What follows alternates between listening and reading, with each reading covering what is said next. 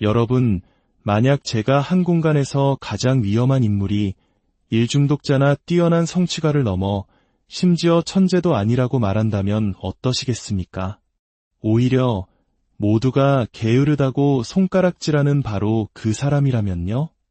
아마 당신도 그런 유형의 사람을 본 적이 있을 겁니다.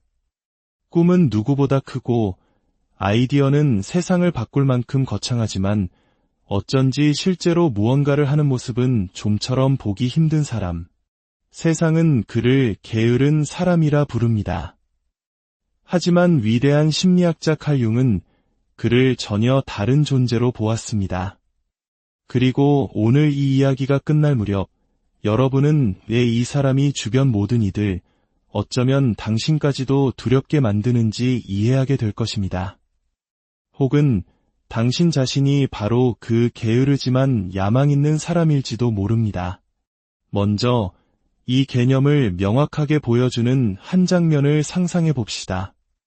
어느 주말 오후의 카페, 당신은 두 사람을 보게 됩니다. 한쪽 테이블에는 노트북을 켜고 색색의 형광펜으로 정리된 플래너를 보며 맹렬하게 타이핑하는 사라가 있습니다. 누가 봐도 성공을 향해 달려가는 전형적인 모범생이자 성취가죠. 우리 사회가 칭찬하고 권장하는 바로 그 모습입니다. 다른 쪽 테이블에는 마이크가 있습니다. 그는 스마트폰을 하염없이 스크롤하고 있고 반쯤 졸린 눈으로 창밖을 바라봅니다. 그의 앞에는 노트가 펼쳐져 있지만 1시간이 넘도록 한 글자도 쓰여 있지 않습니다. 자, 질문을 던져보겠습니다. 이 두 사람 중 누가 세상을 바꿀 잠재력을 가지고 있을까요? 아마 대부분의 사람들은 1초의 망설임도 없이 사라를 선택할 것입니다. 하지만 그 생각을 잠시만 붙잡아 두십시오. 지금부터 제가 들려드릴 이야기는 성공에 대한 당신의 모든 통념을 완전히 뒤집어 놓을 테니까요. 사실 마이크의 머릿속에는 교통 시스템을 혁신할 수 있는 기발한 아이디어가 꿈틀거리고 있습니다. 반면 사라는 자신의 링크드인 프로필을 업데이트하며 경력 한 줄을 더 채우고 있죠. 마이크는 사라가 존재조차 모르는 문제들의 근본적인 해결책을 꿰뚫어 보고 있지만 사라는 자신의 아침 루틴을 1분 더 효율적으로 만드는 데 집중하고 있습니다. 그런데 왜 우리는 모두 사라가 성공하고 마이크는 실패할 것이라고 단정 짓는 걸까요? 여기 불편한 진실이 있습니다. 당신이 마이크를 보고 불편함을 느끼고 그를 게으르다고 판단하는 이유는 그가 당신이 세상이 작동한다고 믿어온 모든 신념을 위협하기 때문입니다. 칼 융은 평생을 마이크와 같은 사람들을 연구하는 데 바쳤습니다. 그리고 그가 발견한 것은 충격적이었습니다. 사회는 단순히 게으른 사람을 두려워하지 않습니다. 사회가 진정으로 두려워하는 것은 바로 게으르지만 야망 있는 사람입니다. 왜냐하면 그의 존재 자체가 우리가 성공에 대해 배워온 모든 것, 끊임없이 노력하고 바쁘게 움직여야만 성공할 수 있다는 그 믿음이 틀렸을지도 모른다는 것을 증명하기 때문입니다. 하지만 융이 알았지만 아무도 이야기하지 않는 핵심이 있습니다. 이 게으르고 야망 있는 사람은 사실 전혀 게으르지 않다는 것입니다. 그는 완전히 다른 차원의 의식 수준에서 움직이고 있을 뿐입니다. 다른 모든 사람들이 정해진 트랙 위를 맴돌며 헐떡이고 있을 때 그는 완전히 다른 종류의 게임을 하고 있는 것입니다. 그리고 그 게임의 법칙이야말로 당신의 인식을 송두리째 바꿔놓을 열쇠입니다. 이 미스터리를 풀기 위해 우리는 인간이 그 어떤 것보다 불편하게 느끼는 한 가지 개념을 깊이 파고들어야 합니다. 융은 이렇게 썼습니다. 두 인격의 만남은 두 화학물질의 접촉과 같다. 만약 어떤 반응이 일어난다면 둘 모두 변화한다. 하지만 만약 한 사람이 당신이 예상하는 방식대로 반응하기를 거부한다면 어떻게 될까요? 바로 이 지점에서 게으른 야망가의 비밀이 드러나기 시작합니다. 그는 걸어 다니는 모순 덩어리이며 우리의 뇌를 혼란에 빠뜨립니다. 당신이 아는 그 누구보다 원대한 꿈을 꾸지만 정오가 될 때까지 침대에서 나오지 않을 수도 있습니다. 산업 전체를 바꿀 수 있는 통찰력을 가졌지만 잠옷을 갈아입는 것조차 귀찮아합니다. 세상 모든 곳에서 기회를 발견하지만 그중 어느 것도 적극적으로 좇는 것처럼 보이지 않습니다. 이 모습은 우리를 공포에 떨게 합니다. 만약 야망을 위해 끊임없는 행동이 필요 없다면, 만약 비범함이 새벽 5시 기상을 요구하지 않는다면, 만약 성공이 바쁜 척하는 연기를 필요로 하지 않는다면, 그렇다면 당신이 평생 동안 달려온 이 지치고 힘든 경주는 대체 무엇이었단 말입니까? 바로 이 지점에서 융의 위대한 발견이 등장합니다. 그는 왜 이 유형의 사람이 우리를 이토록 불편하게 만드는지 설명하는 개념을 찾아냈습니다. 그리고 그것은 게으름과는 아무런 관련이 없습니다. 혹시 당신이 마지막으로 무언가를 해야만 해서가 아니라 남에게 잘 보이기 위해서가 아니라 목표 달성에 도움이 되기 때문이 아니라 그저 순수하게 하고 싶어서 했던 적이 언제인지 기억하십니까? 아마 쉽게 떠오르지 않을 겁니다. 바로 그것이 문제입니다. 융은 우리가 생산성에 집착하는 이유가 단순히 무언가를 성취하기 위함이 아니라는 것을 발견했습니다. 그것은 우리가 가치 없는 존재가 아님을 증명하려는 처절한 몸부림입니다. 그는 이것을 그림자라고 불렀습니다. 우리가 마주하기를 두려워하는 우리 자신의 어두운 부분이죠. 그리고 현대사회에서 가장 거대한 그림자는 바로 게으르고 쓸모없고 비생산적인 사람으로 비치는 것에 대한 공포입니다. 우리는 생산성을 연기합니다. 삶을 최적화하고 치열하게 노력하고 그 과정을 SNS에 전시합니다. 그것이 효과가 있어서가 아닙니다. 만약 우리가 멈추면 무슨 일이 일어날지 우리의 진짜 모습이 드러날까 봐 두렵기 때문입니다. 마지막으로 떠났던 휴가를 떠올려 보세요. 온전히 휴식을 취했습니까? 아니면 무언가 생산적인 일을 해야 한다는 죄책감과 불안감에 시달렸습니까? 게으른 야망가는 바로 그 죄책감을 느끼지 않습니다. 그리고 바로 그 점이 그를 위험하게 만드는 것입니다. 그는 생산성을 연기하지 않습니다.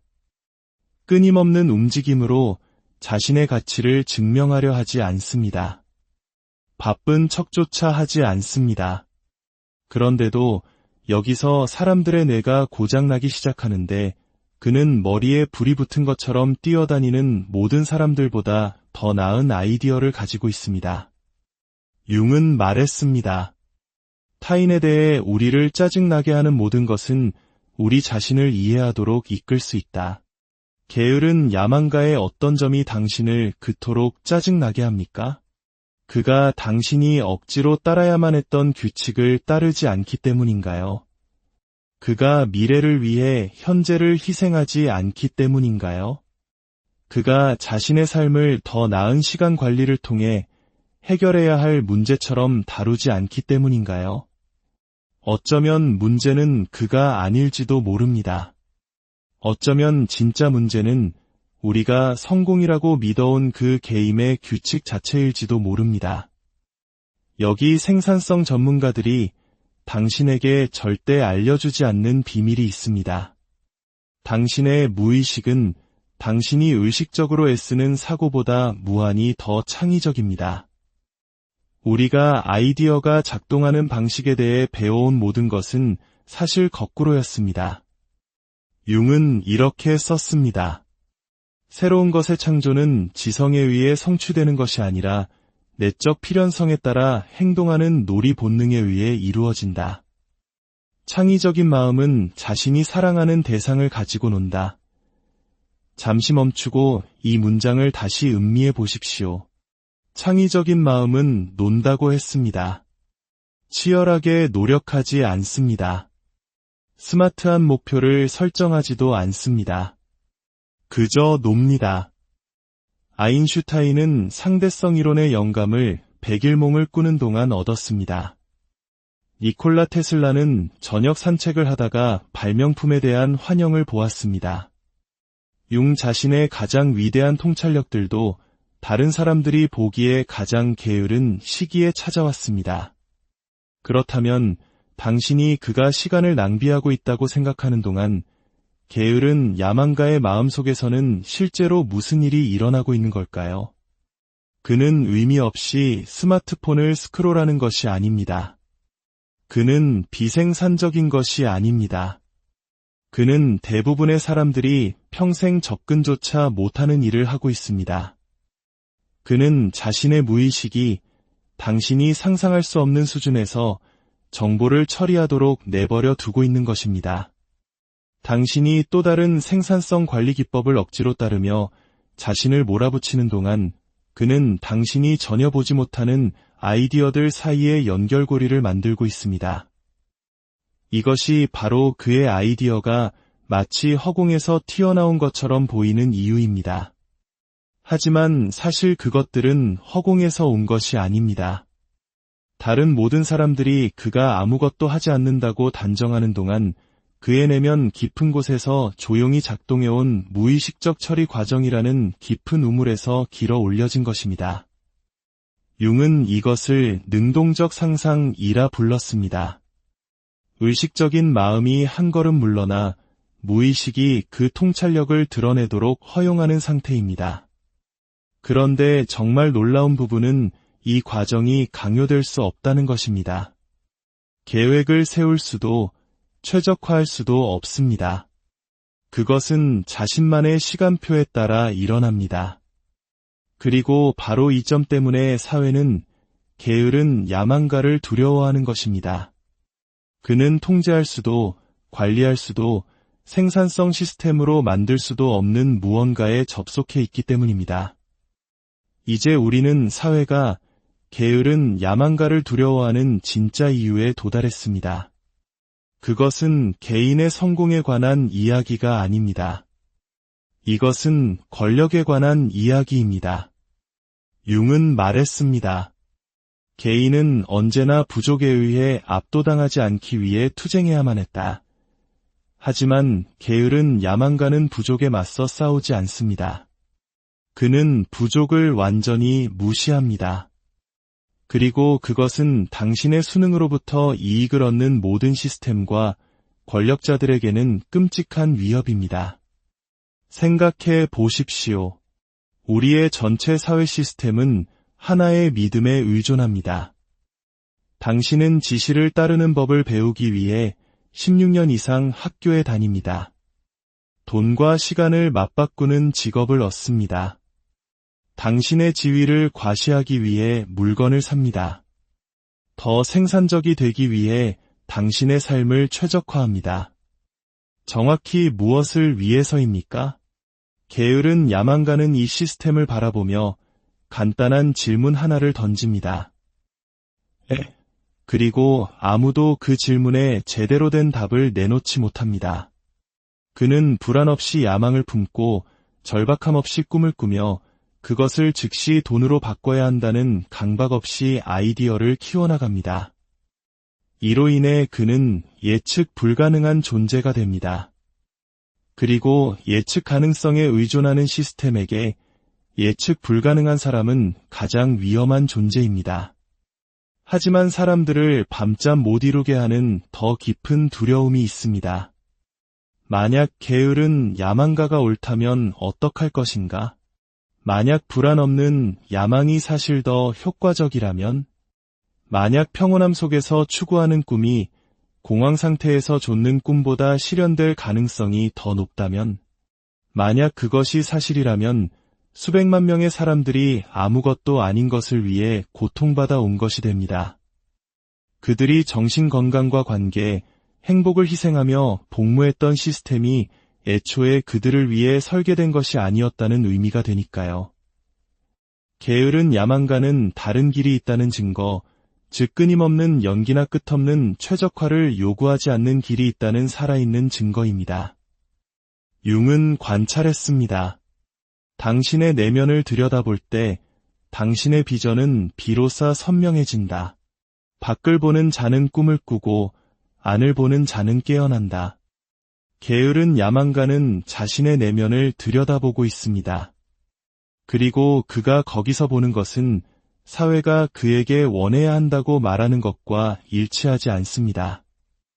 어쩌면 이 설명을 들으며 당신 자신을 발견하고 있을지도 모릅니다. 어쩌면 당신도 사회가 잘못된 딱지를 붙인 사람 중 하나일지도 모른다고 생각하기 시작했을 겁니다. 융은 일생의 특권은 진정한 자기 자신이 되는 것이다 라고 썼습니다. 진정한 자신이 되는 것은 다른 종류의 용기를 필요로 합니다. 만약 당신이 게으른 야망가라면 다음의 징후들을 알아차리는 것이 당신의 삶 전체를 바꿀 것입니다. 첫째, 당신의 아이디어는 어디서 오는지 모르게 불쑥 나타납니다. 다른 사람들이 자료를 조사하고 계획을 세우는 동안 해결책이 그냥 당신의 마음속에 떠오릅니다. 어디서 왔는지 설명할 순 없지만 그것들은 논리적으로 연구된 아이디어들이 결코 주지 못하는 진실의 느낌을 줍니다. 둘째, 전통적인 생산성 조언들은 당신을 더 나아지게 하는 게 아니라 오히려 더 힘들게 만듭니다. 다른 사람의 시스템을 당신의 삶에 적용하려고 할 때마다 당신은 당신의 본성과 싸우고 있다는 느낌을 받습니다. 셋째, 당신의 에너지는 일반적인 근무 시간표와 맞지 않는 주기로 찾아옵니다.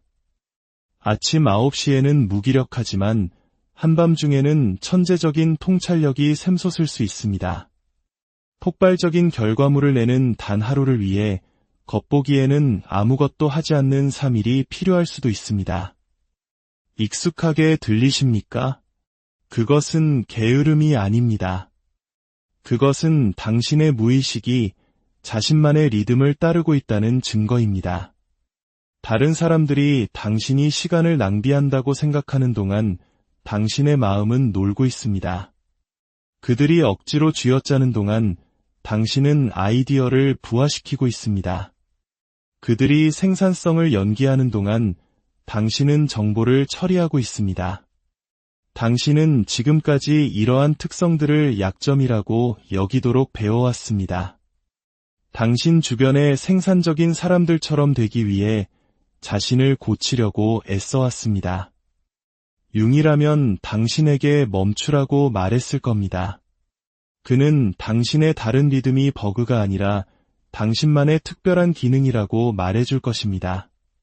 당신이 자신의 본성과 싸우기를 멈추고 그것과 함께 일하기 시작할 때 당신은 진정한 야망에 접근하게 됩니다. 사람들을 번아웃으로 몰고 가는 절박하고 불안한 야망이 아니라 당신이 누구이며 무엇을 할 수 있는지 아는 데서 오는 차분하고 인내심 있는 야망 말입니다. 그렇다면 이 끊임없는 생산성을 요구하는 세상에서 게으른 야망가로 어떻게 살아가야 할까요? 첫째, 당신의 리듬에 대해 사과하는 것을 멈추십시오. 당신이 아무것도 하고 싶지 않다는 충동을 느낄 때 그것은 게으름이 부르는 소리가 아닙니다. 당신의 무의식이 처리할 시간을 달라고 요청하는 신호입니다. 그 시간을 스스로에게 허락하고 모든 순간을 활동으로 채우려는 세상으로부터 그 시간을 지켜내십시오. 둘째, 진정한 휴식과 회피의 차이를 인식하는 법을 배우십시오. 휴식은 평화롭고 재충전되는 느낌을 줍니다. 회피는 불안하고 죄책감이 들며 무언가로부터 도망치는 느낌을 줍니다. 진정으로 쉴 때 아이디어가 떠오르고 회피할 때는 더 큰 불안만 찾아옵니다. 셋째, 융이 말한 능동적 인내심을 기르십시오. 이것은 수동적으로 기다리는 것이 아닙니다. 당신의 순간이 올 때를 위한 의식적인 준비입니다. 무의식이 정보를 처리하는 동안 의식적인 마음은 자원을 모으고 기술을 연마하며 영감이 번뜩였을 때 그것을 실현할 수 있는 환경을 만드십시오. 그리고 가장 중요한 것은 다른 사람들의 시간표로 자신을 측정하는 것을 멈춰야 한다는 것입니다. 당신의 야망이 나타나기까지는 수년이 걸릴 수 있습니다. 당신의 아이디어는 성숙할 시간이 필요할지 모릅니다. 당신의 순간은 40대, 50대, 혹은 60대가 되어서야 올 수도 있습니다. 그리고 그것은 실패가 아닙니다. 그것이 바로 대가의 길입니다. 융 자신도 그의 가장 중요한 저작들을 60대가 되어서야 출판했습니다. 수십 년간 그의 아이디어는 비현실적으로 보였습니다. 하지만 그의 순간이 왔을 때 그가 조용히 발전시켜온 모든 것들이 갑자기 시대의 중심에 서게 되었습니다. 그의 게으름은 그의 시대의 가장 생산적이었던 동시대인들 모두보다 더 오래 살아남을 위대한 기여를 위한 준비 과정이었음이 증명되었습니다. 모든 사람들이 게으르다고 무시했던 그 사람이 어느 날 갑자기 모든 것을 바꾸는 무언가를 들고 나타나는 패턴은 역사 속에서 계속 반복됩니다. 왜냐하면 다른 모든 사람들이 효율성을 최적화하는 동안 그는 자신의 진정성을 최적화하고 있었기 때문입니다. 그들이 다른 사람의 시스템을 따르는 동안 그는 자신만의 이해를 발전시키고 있었습니다. 그들이 생산성을 연기하는 동안 그는 진정으로 생산할 가치가 있는 사람이 되어가고 있었습니다. 당신의 순간은 반드시 올 것입니다. 하지만 그것은 다른 사람의 순간처럼 보이지 않을 것입니다. 요란한 팡파르와 함께 찾아오지 않을 것입니다. 대신 그것은 조용하고 필연적으로 느껴질 것입니다. 마치 언제나 그렇게 되기로 되어 있었던 것처럼요. 상황이 맞아떨어지고 타이밍이 완벽하게 느껴지며 오랫동안 품어왔던 아이디어가 갑자기 명확한 실현 경로를 찾게 될 것입니다. 그리고 그 순간이 오면 게으름으로 보였던 그 모든 세월이 사실은 필수적인 준비 과정이었음을 깨닫게 될 것입니다. 사회가 게으른 야망가를 두려워하는 이유는 그가 시간, 성공, 그리고 인간의 잠재력 그 자체와 다른 관계를 맺고 있음을 보여주기 때문입니다. 그는 어쩌면 문제가 동기부여가 필요한 게으른 사람들이 아니라 자연스러운 인간의 리듬을 병적으로 취급하고 모두를 똑같은 생산적인 틀에 밀어넣으려는 시스템 자체일 수 있음을 증명합니다. 만약 당신이 큰 꿈을 가졌지만 전통적인 생산성의 틀 안에서 힘들어하고 있다면, 당신의 행동과 야망이 동떨어져 보인다면, 머릿속은 가능성으로 가득 차 있지만 게으르다는 꼬리표를 달고 살아왔다면 융은 당신을 즉시 알아봤을 것입니다. 당신은 망가지지 않았습니다. 게으르지도 않습니다. 인생에서 실패하고 있는 것도 아닙니다. 당신은 그저 사회가 아직 인식할 준비가 되지 않은 인간 잠재력의 다른 영역에서 작동하고 있을 뿐입니다. 문제는 당신이 야망을 이룰 수 있느냐가 아닙니다.